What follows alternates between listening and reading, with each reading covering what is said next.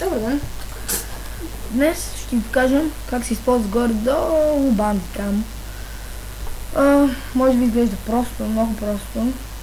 Обаче ако менюто е на английски, никой не знае. Ако менюто ви е на английски, никой не може да разбере. Окей, нека да започнем за как се използва Bandicam. Инсталирането може да се покаже по-късно. Добре, да започнем. Ако искате да снимате при някаква игра или нещо от този сорт, натискате ето тук. Не е вярно. Ето тук. Ако искате, сега в момента сме на нашата менюта. Ето тук. Ама ти не го правиш вече, човека. Рисува рджарка и... Нали знаеш, че те го виждат кръпчето. Да. Това е за снимане. Ай, стига бе. Фолдър, вашите запазни клипове. Ако искате да заключите това приложение, да не да го заключите, а да го отключите. Да. Паузата е тук. Добре, записване с приключване, пауза, клавиши. Покажи. Добави ефекти при клипа. Добре, добави. Добре. Тук, ако това ви е на английски, може да погледнете по най-лесния начин. Ако искате да правите нещо, влизате с настройки тук. Ето тук. Ето тук. Тук. На тези настройки.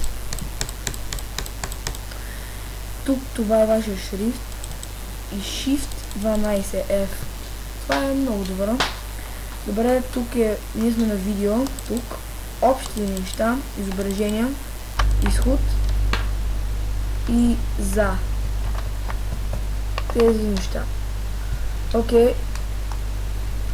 Горе-долу това е нашия Bandicam. Това е за... друго. Добре.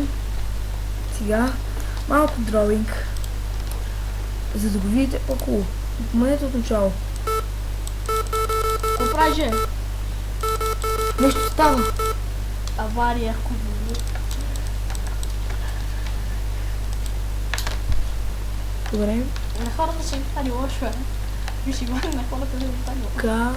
Те не го виждат. Аз съм фейскам. Вижте се сами. Това е нашето меню. Игри, контроли, милиомани. Аз съм милиомани. Да проверим Bandicam. Виж, Иване. За всички процедури това е Bandicam. Защото не е честно. Нали.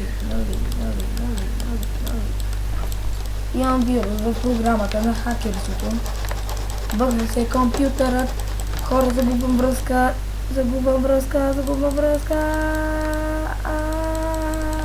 Трябва да включиш модите.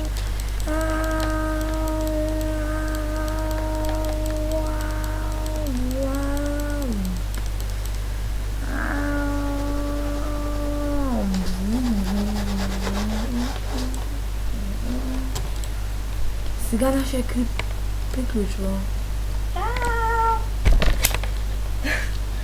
Още ли снимаш? Какво снимаш? Човек, бъгнаме го. Бъгнаме го! Идиот. Още ли снима това нещо? Да.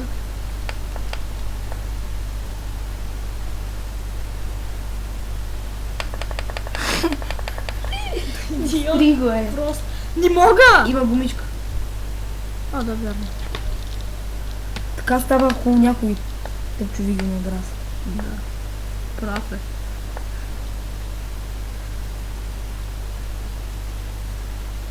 И чао!